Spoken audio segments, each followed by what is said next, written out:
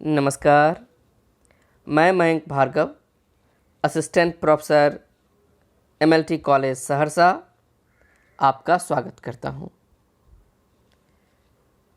आज की चर्चा स्वच्छंदतावादी आलोचना पर केंद्रित है, जो स्नातकोत्तर हिंदी सेमेस्टर 4 के पत्र 16 का अंश है। हमारे विद्यार्थी मित्रों को ध्यान होगा कि पिछली चर्चा में भी स्वच्छंदतावादी आलोचना की किंचित बातें हुई थी। आज का यह संवाद इस विषय पर केंद्रित पिछली चर्चा की ही अगली कड़ी है। संक्षेप में हम लोग विगत चर्चा की कुछ बातों को देख लें। सबसे पहले यह चर्चा हुई थी कि स्वच्छंदतावादी आलोचना का ही दूसरा नाम सौष्ठववादी आलोचना है। सौष्ठववादी आलोचक अपनी स्वच्छंद अनुभूतियों को सामने रखता है, इसीलिए उसे स्वच्छंदतावादी आलोचक कहते हैं। फिर हमने अंग्रेजी के रोमांटिसिज्म शब्द से इसका संबंध देखा था, और अंग्रेजी में जो रोमांटिक आंदोलन प्रारंभ होता है, किस प्रकार वर्ड्सवर्थ ने जो भूमिका लिखी लिरिकल बैलेड्स की, वहाँ से अंग्रेजी में रोमांटिक आलोचना का प्रारंभ हुआ। उसके बाद हम लोग ने विस्तार से स्वच्छंदतावादी आलोचना के मूल में स्वतंत्रता वृत्ति को पहचाना था, और इस संबंध में वर्ड्सवर्थ और कॉलरिज ने जो कविताओं की परिभाषा दी, उसकी व्याख्या की गई थी। और स्वच्छंदतावादी आलोचना किस प्रकार रचना प्रक्रिया और काव्य विन्यास, इन दोनों दृष्टियों से पिछली आलोचना से भिन्न है, इस पर प्रकाश डाला गया था। वर्ड्सवर्थ के विचारों से हम लोग परिचित हुए थे कि किस प्रकार अलंकृत भाषा के स्थान पर वर्ड्सवर्थ सामान्य भाषा के प्रयोग की बात करते हैं, और गद्य और छंद दोनों की भाषा को वह एक मानते हैं। और उसके बाद वर्ड्सवर्थ से कॉलरिज किस प्रकार असहमत होते हैं, उसकी चर्चा हुई कि कॉलरिज ने यह माना कि कविता की भाषा गद्य की भाषा से स्वभावतः भिन्न होती है। शब्द विन्यास, वाक्य रचना में बिल्कुल अलग होती है, और इसमें अलंकारों का भी प्रयोग होता है, जबकि वर्ड्सवर्थ का मानना था कि बिल्कुल सामान्य भाषा ही कविता के लिए उचित है। उसी प्रकार कॉलरिज के छंद संबंधी विचारों पर भी प्रकाश डाला गया था। वर्ड्सवर्थ और कॉलरिज के बाद एक बहुत प्रतिभा संपन्न कवि अंग्रेजी में आए। रोमांटिक आंदोलन में उनकी एक प्रमुख भूमिका है, जिनका नाम है शैली। जिस जमाने में शैली कविता के क्षेत्र में, आलोचना के क्षेत्र में अवतरित होते हैं, वो ज़माना था कि यूरोप में ज्ञान, विज्ञान, टेक्नोलॉजी का विकास बहुत तेजी से हो रहा था, और इस गति से विज्ञान बढ़ रहा था कि कुछ लोगों को कविता के भविष्य पर चिंता हो गई। यह माना जाने लगा कि जैसे जैसे ज्ञान विज्ञान का प्रसार होगा, वैसे वैसे कविता की गति मंद से मंदतर होगी, यानी धीरे धीरे इसकी गति कम होगी। बाद में रामचंद्र शुक्ल ने इसका उत्तर अपनी आलोचना में दिया कि नहीं, कविता तो धीरे धीरे और आगे बढ़ेगी इससे, और जैसा हुआ भी। वर्ड्सवर्थ ने भी इस धारणा का विरोध किया था कि ज्ञान विज्ञान के आने से कविता की गति धीमी पड़ जाएगी। बल्कि वर्ड्सवर्थ ने भी कहा था कि विज्ञान और तकनीक के युग में कविता उनसे सहायता लेगी और अनुभव के नए आयाम कविता के सामने खुलेंगे और कविता भी अपनी रचना के द्वारा नए आयामों का उद्घाटन करेगी। वर्ड्सवर्थ के इतने स्पष्ट ढंग से कहने के बाद भी समाज में विज्ञान का दबाव ज़्यादा अनुभव किया जाने लगा था और कविता की सार्थकता के सामने तो एक प्रश्न आ ही गया था कि अब कविता का विकास कैसे होगा। जिस गति से विज्ञान बढ़ रहा है तो अब कविता की क्या भूमिका होगी, एक बड़ा सवाल सबके सामने था। ऐसी परिस्थिति में रोमांटिक आंदोलन में शैली का अवतरण होता है और कविता पे जो सवाल थे उन सवालों को देखते हुए शैली ने लिखा इन डिफेंस ऑफ पोएट्री। यही शीर्षक देते हुए उन्होंने कविता की रक्षा की बात की। कल्पना के बारे में उन्होंने जो कहा वह प्रायः पूर्ववर्ती रचनाकारों के द्वारा कही गई बात थी, पर भाषा के संबंध में उनके विचार बिल्कुल नए ताज़ा हैं। उनका मानना था कि नए कवि के संपर्क में आने पर भाषा में नई अर्थवत्ता और ताजगी आनी ही चाहिए।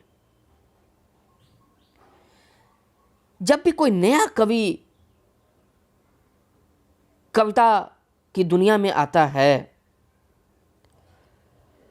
तो उस नए कवि के आने से भाषा में परिवर्तन आना ही आना है। एक नई अर्थवत्ता आनी चाहिए, एक ताजगी लगे कि भाई एक नई भाषा हमें पढ़ने को मिल रही है। तो भाषा प्रयोग पर उसने बहुत बल दिया शैली ने और बिल्कुल नई भंगिमा के कारण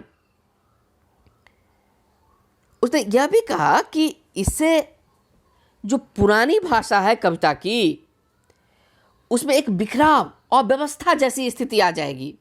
लोगों को बिल्कुल लगेगा कि भाई ये एकदम नई चीज हो रही है। और उसने कहा कि यह अव्यवस्था आना बहुत आवश्यक है।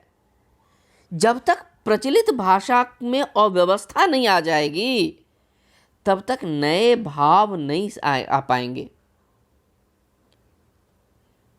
मतलब नए कवियों का यह कर्तव्य है कि कविता की पुरानी व्यवस्था को तोड़ें और पुरानी व्यवस्था को जब तोड़ेंगे तो उसके पीछे नए भाव नए विचार भी रहेंगे। और भाषा पर इतना बल देते हैं वह कि वह एक जगह कहते हैं कि भाषा स्वयं कविता है। भाषा मात्र को वह कविता मान लेते हैं। और आज जो सत्यम शिवम सुंदरम हम अक्सर चर्चा करते हैं वास्तव में वह शैली की ही देन है।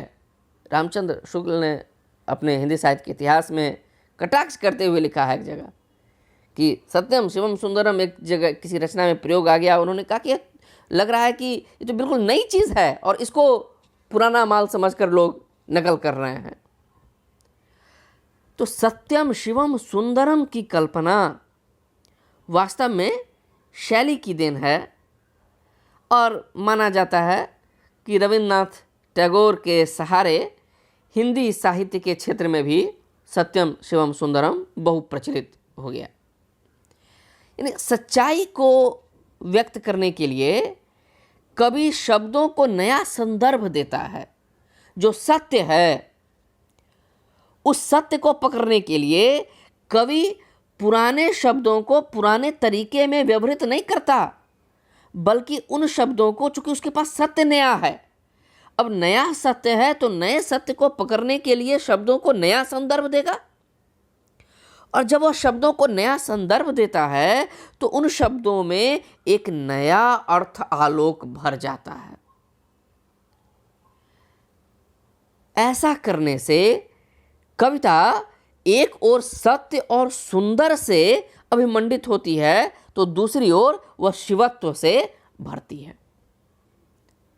और इस प्रकार उन्होंने सत्यम शिवम सुंदरम की अवधारणा दी। और एक और विशेष बात उन्होंने कही कवि की रचना प्रक्रिया पर कि वह प्रेरणा सिद्धांत के समर्थक हैं, लेकिन उनका जो प्रेरणा सिद्धांत है वह प्लेटो का प्रेरणा सिद्धांत नहीं है। प्लेटो के प्रेरणा सिद्धांत में यह कहा गया था कि कवि को एक दैवी चेतना मिलती है और उस दैवी चेतना से कवि आविष्ट हो जाता है और अपने आप पूरी एक मशीन की तरह वह रचना करने लगता है। लेकिन शैली मानते हैं कि प्रेरणा सिद्धांत तो कहते हैं, लेकिन वह कहते हैं कि ऐसा नहीं कि वह पूरा का पूरा यांत्रिक हो जाएगा, एक मशीन की तरह उस प्रेरणा से खुद लिखने लगेगा। वह कहते हैं कि प्रेरणा कल्पना की पूर्व स्थिति है। प्रेरणा को वह कवि की आंतरिक वस्तु मानते हैं और इस आंतरिक वस्तु का संबंध वह रहस्य से जोड़ते हैं और कहते हैं कि कोई मनुष्य यह नहीं कह सकता कि वह कविता करता है। और बहुत अद्भुत बिंब देते हुए उन्होंने कहा कि सर्जना के क्षणों में सर्जक का मन एक बुझते हुए कोयले की तरह होता है। जैसे कोयला बुझ रहा हो और अचानक एक हवा का झोंका कहीं से आता है और बुझते हुए कोयले से फिर चिंगारियां फूट निकलती हैं। तो जैसे बुझे हुए कोयले से हवा का संपर्क होता है और चिंगारी फूट जाती है, वैसे ही एक शक्ति या चिंगारी कवि के भीतर से फूट जाती है। यह प्रक्रिया कवि के आंतरिक प्रक्रिया है, बाहर से नहीं। और ठीक ऐसे ही है जैसे फूलों में अंदर से रंग आ जाते हैं, वैसे ही कवि के अंदर अचानक एक शक्ति आ जाती है जिससे वह रचना बाहर आती है। मतलब कवि कविता को नहीं बनाता, बल्कि कविता ही कवि को बनाती है। और उन्होंने कहा कि आवश्यकता अनुसार अपना छंद खुद बना लेता है कवि। वह पुराने छंदों को तोड़ता है, नए छंदों को बनाता है। इस प्रकार शैली ने भी स्वच्छंदतावादी आलोचना में नई धारणाएं जोड़ी। उसके बाद एक और कवि बहुत महत्वपूर्ण हैं, कीट्स। कीट्स ने स्वच्छंदतावादी आलोचना में निगेटिव कैपेबिलिटी का सिद्धांत दिया। इस सिद्धांत के माध्यम से वह कवि की निर्वैयक्तिकता पर जोर देता है। निगेटिव कैपेबिलिटी, निगेटिव अर्थात निषेधात्मक, कैपेबिलिटी अर्थात क्षमता। निगेटिव कैपेबिलिटी को हिंदी में निषेधात्मक क्षमता कह सकते हैं। रचना के जो क्षण होते हैं उनमें कवि का मस्तिष्क विभिन्न प्रकार के प्रभावों को ग्रहण करता है। जितने प्रभाव उसके मस्तिष्क में आते हैं उन सभी प्रभावों के प्रति वह प्रतिबद्ध नहीं है। वह न किसी का समर्थन कर रहा है, न किसी को पहले ही अस्वीकृत कर दे रहा है। वह एकदम निर्वैयक्तिक हो जाता है इन सब के प्रति। जब वो प्रभाव आते हैं उन प्रभावों का वह संग्रहण करता है, तो संग्रहण की स्थिति में कवि अपने क्रियाकलाप में सर्वथा निर्वैयक्तिक हो जाता है, पूर्व धारणाओं से प्रभावित नहीं होता। ऐसा नहीं कि वह पहले से ही तय किया हुआ है कि इस प्रभाव का समर्थन करेगा, इस प्रभाव को अस्वीकृत कर देगा। यानी वैयक्तिकता का निषेध कर दिया कीट्स ने, जैसा कि बाद में टी.एस. एलियट ने निर्वैयक्तिकता का सिद्धांत दिया। लेकिन हम जानते हैं कि टी.एस. एलियट ने अपने निर्वैयक्तिकता के सिद्धांत को खुद ही बाद में नकार दिया था। तो वैयक्तिकता का पूरा निषेध नहीं किया जा सकता। तो इस प्रकार जब अंग्रेजी में जब हम आलोचना अंग्रेजी स्वच्छंदतावादी कवियों द्वारा जो आलोचना सिद्धांत दिया गया, उन सब पर जब विचार करते हैं तो वहाँ स्वच्छंदतावादी काव्यशास्त्र की एक रूपरेखा हमारे सामने स्पष्ट होती है। यानी जो पुराने पर काव्य सिद्धांत थे, उनसे हटकर इन लोगों ने अनुकृति सिद्धांत को अस्वीकार किया, प्रेरणा सिद्धांत को एक नई अर्थवत्ता दी, एक प्रयोगशीलता की राह खोली उन्होंने, काव्यगत शब्द विन्यास पर विचार किया, छंदों के बंधन के आगे प्रश्न चिन्ह लगाया और काव्य में आनंद की स्थिति स्वीकार की। इन सब से स्वच्छंदतावादी आलोचना पुरानी आलोचना सैद्धांतिकी में युगांतकारी सिद्ध हुई, जिससे आलोचना के क्षेत्र में एक नया मोड़ आया। हिंदी में जब हम स्वच्छंदतावादी आलोचना की बात करते हैं तो यह स्पष्ट है कि यहाँ स्वच्छंदतावाद का सीधा संबंध छायावाद से है। इस समीक्षा का मूलाधार है छायावादी काव्य। डॉक्टर भगवत दत्त मिश्र ने हिंदी स्वच्छंदतावादी आलोचना के मूल तत्व और स्वरूप को स्पष्ट करते हुए लिखा है कि यह जो स्वच्छंदतावादी आलोचना है, इसके जो मानदंड बने उनका निर्माण छायावाद की प्रमुख विशेषताओं से ही हुआ है। अब छायावाद की विशेषताएं हम जानते हैं: स्वानुभूति की प्रधानता, कल्पना की अतिशयता, नवीन सौंदर्य दृष्टि। इन्हीं विशेषताओं के आधार पर स्वच्छंदतावादी समीक्षा में छायावाद का परीक्षण किया गया। हिंदी में जब स्वच्छंदतावादी आलोचना विकसित हुई, उसके ठीक पहले बहुत बड़े आलोचक के रूप में आचार्य रामचंद्र शुक्ल थे। लेकिन रामचंद्र शुक्ल बहुत बड़े आलोचक थे, लेकिन उनकी जो सीमा थी नैतिकता की, उपयोगितावाद की, उसके प्रति जो उनका आग्रह था, उससे अनुभूति की मार्मिकता पर जोर कम दिया गया। और जहां ऐसा नहीं कहा जा सकता कि शुक्ल जी में अनुभूति की समझ नहीं थी, वो तो अनुभूति की समझ तो वो अद्भुत थी। तुलसी को, जायसी को, सूर्य की अनुभूति को जितना रामचंद्र शुक्ल ने पकड़ा, किसी दूसरे आलोचक से संभव नहीं है। लेकिन आचार्य रामचंद्र शुक्ल ने अपनी इस अनुभूति को सामाजिकता से जोड़ा था। सामाजिकता के बिना भी अनुभूति की मार्मिकता को पकड़ा जा सकता है। हिंदी में यह काम सबसे पहले स्वच्छंदतावादी आलोचकों ने ही किया। हिंदी में जो स्वच्छंदतावादी आलोचना विकसित हुई,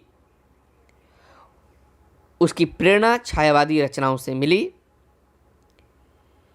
और इन लोगों ने कवि के व्यक्तित्व को ज़्यादा महत्व दिया। स्वाभाविक है कि छायावाद में भी आत्माभिव्यंजना की प्रधानता है, तो हिंदी की जो स्वच्छंदतावादी आलोचना हुई, उसमें भी कवि के व्यक्तित्व को ज़्यादा देखा गया और व्यक्तित्व के साथ ही उसकी परिस्थितियों का निरूपण भी आवश्यक माना गया। और स्वच्छंदतावादी आलोचना ने यह देखा कि जो प्राचीन काव्य सिद्धांत थे, जो अलंकार आदि शास्त्रीय तत्व थे, उनकी अपेक्षा यह आलोचना पद्धति पाठक के हृदय के स्पर्श करने वाले तत्वों को उद्घाटित करना अपना ज़्यादा महत्वपूर्ण कार्य मानती है। भारतीय काव्य सिद्धांत, प्राचीन काव्य सिद्धांत किसी रचना में अलंकार, रस आदि चीज़ों को पहचानने की कोशिश करता था, पर स्वच्छंदतावादी आलोचना उन तत्वों को पहचानने की कोशिश करती है जिसके द्वारा रचना किसी पाठक के हृदय का स्पर्श करती है। और छायावादी कवि का दृष्टिकोण भी उपयोगितावादी नहीं है। उसको तो अपनी सृजन की प्रेरणा आनंद से प्राप्त होती थी, तो आनंद उसका साधन था और आनंद ही उसका साध्य भी था। स्वच्छंदतावादी आलोचना पर भी इसका प्रभाव पड़ा। उसने आह्लाद को प्रमुख तत्व माना और वही उस आलोचक को यहाँ प्रमुखता दी गई जो कवि की अनुभूति के साथ तादात्म्य स्थापित कर सके। यानी स्वच्छंदतावादी आलोचना में विश्लेषण की क्षमता तो है, पर रचना के सौंदर्य से आह्लादित होने और पाठक को आह्लादित करने की क्षमता पर भी यहाँ विशेष बल दिया गया। यानी स्वच्छंदतावादी आलोचना की जो मुख्य विशेषता हम कहेंगे यहाँ, वह है अनुभूति जगत को महत्व देना। अनुभूति जगत को सबसे ज्यादा महत्व देना इसकी प्रधान विशेषता है। इसलिए हिंदी के जो भी स्वच्छंदतावादी समीक्षक हुए, चाहे आचार्य प्रसाद द्विवेदी का नाम लें, नंद दुलारे वाजपेयी का नाम लें, डॉक्टर नगेंद्र का नाम लें, उन लोगों ने अनुभूति को प्रमुखता दी। और यही कारण है कि विषय प्रधान काव्यों की अपेक्षा इन आलोचकों को भाव प्रधान रचनाएं ज़्यादा पसंद आई। छायावाद में जो गीत लिखे गए उसकी ओर ये विशेष आकृष्ट हुए और केवल समकालीन गीत काव्य ही नहीं, जो प्राचीन गीत काव्य था, तुलसी का, कबीर का, मीरा का, विद्यापति का, उनकी ओर भी इन आलोचकों का ध्यान गया। एक नवीन सौंदर्य बोध के द्वारा इन सबको पहचानने की कोशिश हुई। यानी स्वच्छंदतावादी आलोचना का जो नवीन सौंदर्य बोध था, वो एक नए जीवन मूल्य को सामने लेकर आया और अभिव्यक्ति के भी नए उपकरणों की खोज इन्होंने की। उसमें भी सौंदर्य के नए दर्शन ढूंढे। हिंदी में स्वच्छंदतावादी आलोचना के प्रमुख स्तंभ पंडित नंद दुलारे वाजपेयी माने जा सकते हैं। उन्होंने अपनी आलोचना के द्वारा साहित्य की स्वतंत्र सत्ता की स्वीकृति दी। यानी हिंदी स्वच्छंदतावादी आंदोलन आलोचना पद्धति की यह देन है कि उसने साहित्य को एक स्वतंत्र सत्ता के रूप में पहचाना और भारतीय रस सिद्धांत और पाश्चात्य संवेदन, इन सब से जोड़कर नंद दुलारे वाजपेयी ने अपने नए काव्यादर्श की घोषणा की, जो स्वच्छंदतावादी आलोचना का काव्यादर्श माना जा सकता है। इसलिए इस घोषणा को विस्तार से देखने की जरूरत है। नंद दुलारे वाजपेयी के शब्दों में काव्य का महत्व तो काव्य के अंतर्गत ही है, उसके अंदर ही है, काव्य के अंदर ही काव्य का महत्व है, कहीं बाहर ढूंढने की जरूरत नहीं है। काव्य का महत्व तो काव्य के अंतर्गत ही है, किसी बाहरी वस्तु में नहीं। और स्पष्ट शब्दों में वह कहते हैं कि काव्य और साहित्य की स्वतंत्र सत्ता है, उसकी अपनी स्वतंत्र प्रक्रिया है और उसकी परीक्षा के स्वतंत्र साधन है। काव्य तो मानव की उद्भावनात्मक या सर्जनात्मक शक्ति का परिणाम है। उसके उत्कर्ष अपकर्ष का नियंत्रण बाह्य स्थूल व्यापार या बाह्य बौद्धिक संस्कार और आदर्श थोड़ी ही मात्रा में कर सकते हैं। यानी स्पष्ट पहचाना कि काव्य को उसके अपने मूल्यों से ही परीक्षित किया जाएगा, बाहर से कोई मूल्य नहीं थोपे जा सकते। यह बहुत बड़ी देन है हिंदी स्वच्छंदतावादी आलोचना की। क्योंकि एक जयशंकर प्रसाद का भी उदाहरण ले लेते हैं, छायावाद के बड़े कवि, उन्होंने भी कविता तो लिखी ही और साथ में काव्यालोचना के सिद्धांत भी दिए। बहुत विस्तार से उन्होंने अपनी बातें रखी हैं। तो इंदु में जो उन्होंने बात कही थी वो बिल्कुल नंद दुलारे वाजपेयी से मिलती जुलती बात है कि साहित्य का कोई लक्ष्य विशेष नहीं होता और उसके लिए कोई विधि या निबंधन नहीं है, क्योंकि साहित्य स्वतंत्र प्रकृति सर्वतोगामी प्रतिभा के प्रकाशन का परिणाम है। कि साहित्य को पहले से ही हम किसी नियम में नहीं बांध सकते, पहले से ही उसका कोई लक्ष्य निर्धारित नहीं कर सकते, उसकी अपनी एक स्वतंत्र प्रकृति है। तो इन सब से स्पष्ट है कि द्विवेदी युग के भीतर से ही स्वच्छंदतावादी प्रवृत्ति स्फुटित होने लगी और छायावाद में के काल में ये पूर्णतः हिंदी में विकसित हो गई।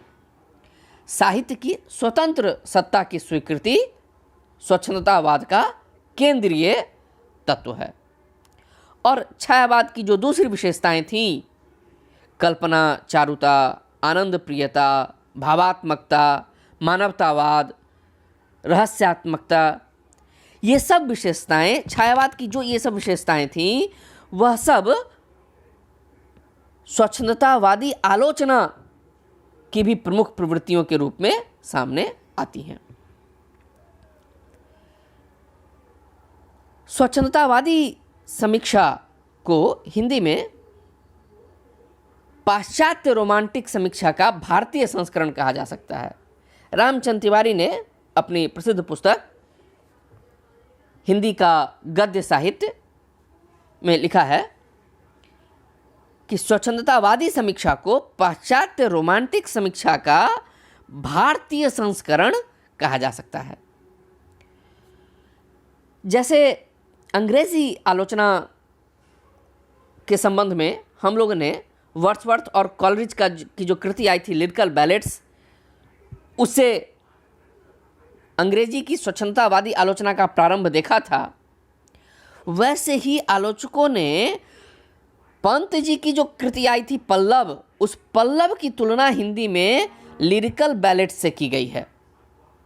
और जैसे लिरिकल बैलेट्स को रोमांटिक कविता का मैनिफेस्टो मानते हैं, वैसे ही हिंदी में पल्लव की जो भूमिका है पंत जी की, उसको यहाँ भी मैनिफेस्टो माना जाता है।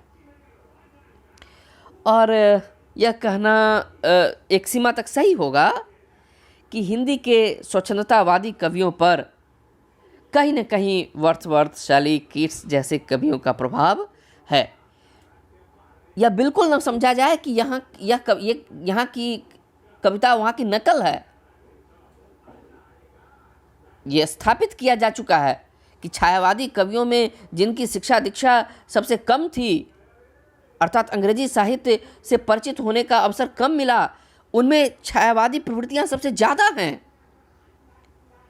लेकिन इसके बावजूद कहीं न कहीं एक असर माना जाता है और स्वच्छंदतावादी आलोचना पर अंग्रेजी की स्वच्छंदतावादी रोमांटिक आलोचना का प्रभाव है। दोनों एक परिस्थितियों से तो नहीं निकले। भारत में स्वाभाविक है यह अपने समय विकसित हुआ। अंग्रेजी में हमने देखा था कि 1800 से 1825 काल है। अगर नकल होती तो ठीक उसी समय यहां भी विकसित हो जाता। लेकिन जो परिस्थितियां यहां उत्पन्न हुई, जैसा हमने देखा था कि स्वतंत्रता इसकी मूल भावना है, स्वतंत्रता का केंद्रीय तत्व होना स्वच्छंदतावादी आलोचना में आवश्यक है। तो भारतीय मानसिकता में स्वतंत्रता केंद्रीय स्थान पाती है आधुनिक काल में। इसलिए 1918 से 1936 कह लें, 1940 कह लें, ये छायावाद का काल है और यही हिंदी की स्वच्छंदतावादी आलोचना का भी काल 1918 से 1936 या 1940 तक माना जाता है। दोनों की परिस्थितियां बिल्कुल अलग हैं।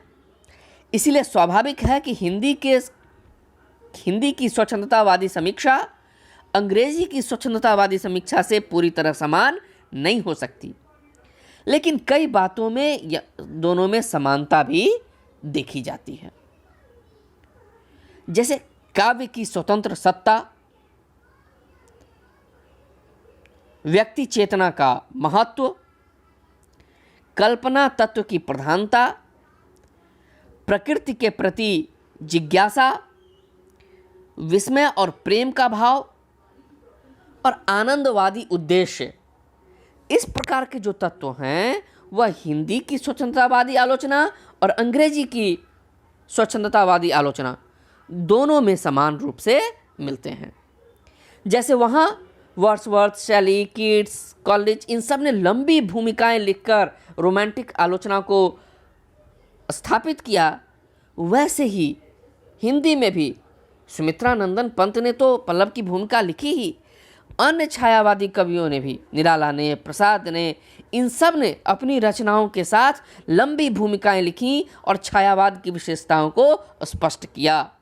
और जब वो छायावाद की विशेषताएं स्पष्ट करते हैं तो एक तरह से स्वच्छंदतावादी समीक्षा में योगदान देते हैं। तो हिंदी के छायावादी कवियों की समीक्षा से, उनकी भूमिकाओं से हिंदी का आलोचना साहित्य समृद्ध हुआ है। हिंदी की स्वच्छंदतावादी समीक्षा दृष्टि बहुत पुष्ट और समृद्ध हुई है। हिंदी में जो प्रमुख नाम आते हैं स्वच्छंदतावादी आलोचकों के, उनमें आचार्य नंदुलारे वाजपेयी, शांति प्रिय द्विवेदी, डॉक्टर नगेंद्र, हजारी प्रसाद द्विवेदी आदि उल्लेखनीय हैं। नंदुलारे वाजपेयी ने जयशंकर प्रसाद, सुमित्रा नंदन पंत और सूर्यकांत त्रिपाठी निराला, इन तीनों कवियों की समीक्षा स्वच्छंदतावादी और सौंदर्य बोधक मूल्यों की दृष्टि से की। और इन तीन कवियों की समीक्षा करके उन्होंने छायावाद की एक वृहत त्रयी की स्थापना की। और हम जानते हैं कि नंदुलारे वाजपेयी आचार्य शुक्ल के शिष्य थे, लेकिन उन्होंने आचार्य रामचंद्र शुक्ल की नैतिक और लोक मंगल केंद्रित जो आलोचना दृष्टि थी, उसका अतिक्रमण करके एक सौंदर्य बौद्धात्मक एवं सांस्कृतिक आलोचना दृष्टि की स्थापना की। यानी आचार्य शुक्ल के बरक्स लोक मंगल सिद्धांत के समानांतर हिंदी की स्वच्छंदतावादी आलोचना ने नंदुलारे वाजपेयी के सहारे एक सौंदर्य बोधात्मक एवं सांस्कृतिक आलोचना को महत्व दिया। छायावाद के काव्य जगत से, उसके अपने सौंदर्य से नंदुलारे वाजपेयी बहुत मोहित थे, और इतने मोहित थे कि उसी के आधार पर उन्होंने अपनी समीक्षा पद्धति को विकसित किया। और यह बहुत ऐतिहासिक महत्व का कार्य नंदुलारे वाजपेयी ने किया। शांतिप्रिय द्विवेदी ने गांधी और रविन्द्रनाथ टैगोर दोनों का योगदान देखा छायावाद में, और इस प्रकार उन्होंने हिंदी की स्वच्छंदतावादी आलोचना को एक मानववादी दृष्टि प्रदान की। वहाँ विश्लेषण तो कम है, लेकिन एक प्रभाव, रचनाओं का जो प्रभाव पड़ता था, उस प्रभाव की व्याख्या ज़्यादा है। तो स्वच्छंदतावादी आलोचना का जो विकास काल है, उसी काल में एक समानांतर एक और आलोचना पद्धति विकसित हो रही थी, जिसे प्रभाववादी समीक्षा कहते हैं। तो शांति प्रिय द्विवेदी स्वच्छंदतावादी आलोचना और प्रभाववादी आलोचना दोनों में गिने जाते हैं। एक बड़ा नाम है इस आलोचना पद्धति में डॉक्टर नगेंद्र का।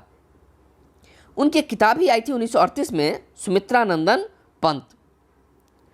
उसमें उन्होंने पंत जी की कविताओं की समीक्षा सौंदर्य बोधात्मक मूल्यों के सहारे की।